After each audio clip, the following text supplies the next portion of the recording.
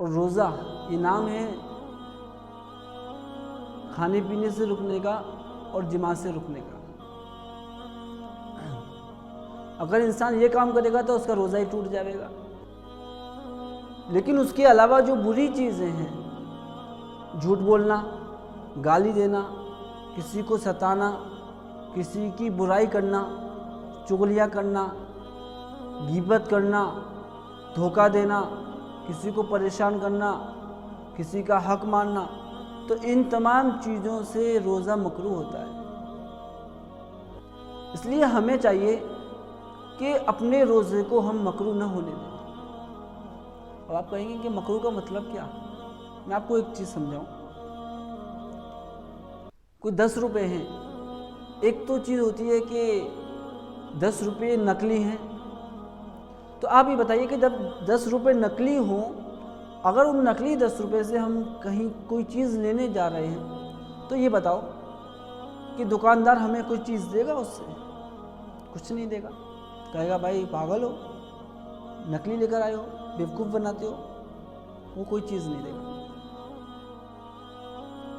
تو وہ بات ٹھیک ہے کہ بھائی نقلی چیز سے کوئی چیز ملتی نہیں، لیکن اصلی 10 روپے ہے اور اس کو پرانا اتنا ہو چکا ہے، وہ 10 کا نوٹ اتنا پھٹ گیا ہے، اس پھٹے ہوئے نوٹ کو اگر ہم دکاندار کے پاس لے کر جائیں گے تو وہ یہ تو نہیں کہے گا کہ نقلی نوٹ ہے، لیکن وہ یہ کہے گا کہ نوٹ چلنے کے لائق نہیں ہے۔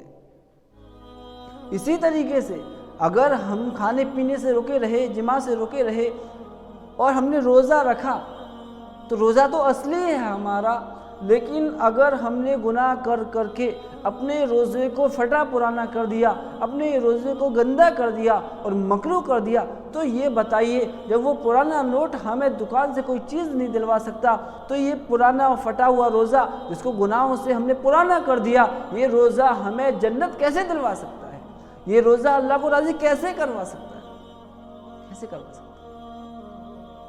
اس لیے ہمیں چاہیے کہ رمضان کا مہینہ ہے، ہمیں اپنے نفس کو دبا کر، اپنے جذبات کو دبا کر اللہ کی عبادت میں لگنا ہے اور اس اللہ کو راضی کرنا ہے۔ وہ حدیث آئی ہے نا کہ ممبر پر اللہ کے نبی چڑھے، ایک دفعہ آمین کہا، دوسرے پہ چڑھے، دوسری دفعہ آمین کہا، پھر تیسری دفعہ آمین کہا۔ تو صحابہ کہہ رہے تھے اللہ کے نبی آج کیا بات ہوئی کہ آپ نے 3 دفعہ آمین کہا، اس سے پہلے تو ہم نے آپ کو ایسا کبھی دیکھا نہیں۔ تو اللہ کے نبی نے کہا ابھی میرے پاس میں حضرت جبرائیل علیہ السلام آئے تھے، انہوں نے 3 دعائیں میرے سامنے رکھی اور میں نے آمین کہہ کر ان کو پختہ کر دیا۔ اس میں ایک دعا یہ تھی کہ ہلاک و برباد ہو جائے وہ شخص کہ جس نے اپنے ماں باپ کو پایا بڑھاپے میں اور وہ ان کی خدمت کر کے جنت نہیں کما سکا، تو تباہ و برباد ہو جائے وہ شخص۔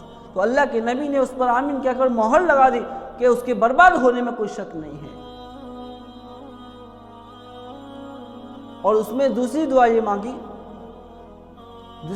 مانگی کہ تباہ و برباد ہو جائے وہ شخص جس نے رمضان کا مہینہ پایا، اتنا مبارک مہینہ پایا، پھر بھی عبادت کر کے وہ اللہ کو راضی نہیں کر سکا، برباد ہو جائے وہ شخص۔ تو دیکھیے فرشتے ہیں، معصوم ہیں،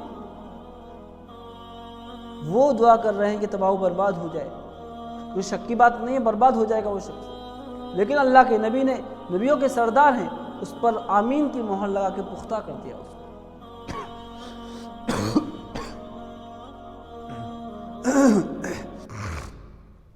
اس لیے ہمیں چاہیے ہم کسی کا دل نہ دکھائیں، رمضان میں کسی کو پریشان نہ کریں، کسی کو تکلیف نہ دیں، ہم کسی کو پریشان نہ کریں اور رمضان کے مہینے کو عبادت میں لگا دیں۔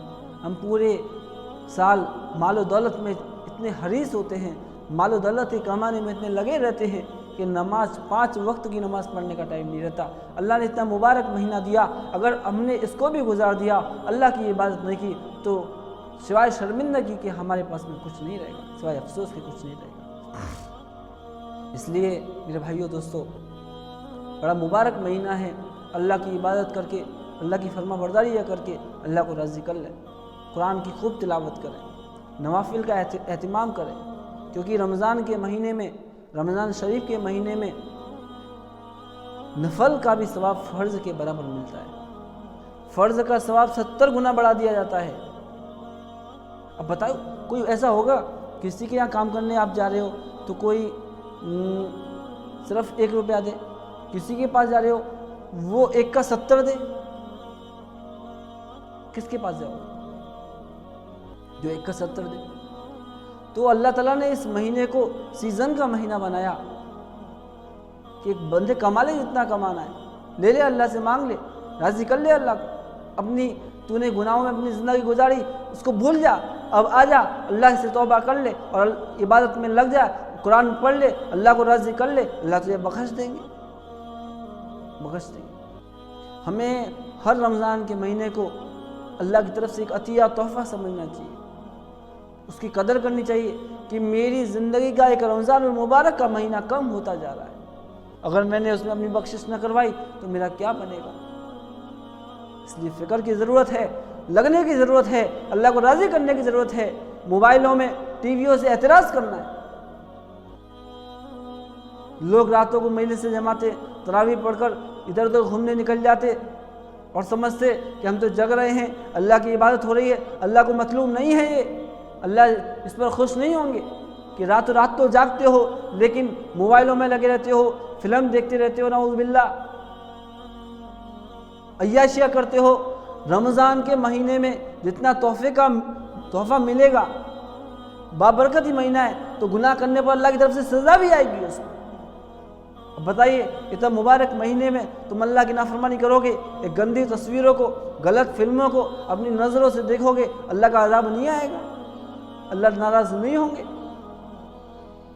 اللہ نے کہا گانے مت سنو تو چھوڑ دو، اللہ نے کہا غیبت مت سنو، کان تمہیں اس لیے دیے ہیں کہ تم قرآن پاک کی تلاوت کو سن سکو، کان اس لیے دیے ہیں کہ تم حدیث مبارکہ کو سن سکو، قرآن اس لیے دیے ہیں کہ ماں باپ کی بات کو سن سکو، زبان دی ہے قرآن پڑھ سکو، زبان دی ہے لوگوں کو بھلائی کا حکم کر سکو، زبان دی ہے آپس میں سچائی کی باتیں کر سکو، زبان دی ہے لوگوں میں صلح کراؤ۔ زبان اس لیے نہیں دی کسی کی برائیاں کرے، زبان اس لیے نہیں دی کسی میں آگ لگا دے، زبان اس لیے نہیں دی گالی دے، زبان اس لیے نہیں دی کہ جھوٹ بولے۔ اللہ تعالیٰ نے، ہم ذرا سوچیں کہ جس زبان سے قرآن پڑھا جاتا، جس زبان سے اللہ کا نام لیا جاتا، جس زبان سے پروردگار کا نام لیا جاتا، جس زبان سے نبیوں کے سردار کا، اللہ کے پیارے کا نام لیا جاتا، جس زبان سے اللہ کو راضی کیا جاتا، جس زبان سے آسمانی کتاب کی تلاوت کی جاتی، اسی زبان کو ہم گندا کریں، کہاں سے؟ اس لیے اللہ کی دی ہوئی نعمتیں ہیں، بڑی بڑی قیمتی نعمتیں ہیں، ہم کو ان کی قدر نہیں ہے۔ جن کے پاس میں ہاتھ نہیں ان کو ہاتھ کی قدر، جن کے پاس میں پیر نہیں ان کو پیر کی قدر، جن کے پاس میں آنکھ نہیں ان کو آنکھ کی قدر، جن کے پاس میں عقل نہیں ان کو عقل کی قدر، جس کے پاس میں جو چیز نہیں اس کی قدر۔ اگر ہم سے کوئی آ کر کہے کہ میں آپ کو 1 کروڑ 10 کروڑ روپے دیتا ہوں، آپ اپنے ہاتھ کاٹ کے مجھے دے دو، کیا دے دیں گے؟ کوئی کہے 1 آنکھ دے دو، کیا ہم دے دیں گے؟ کوئی کہے 1 پیر دے دو، کیا ہم دے دیں گے؟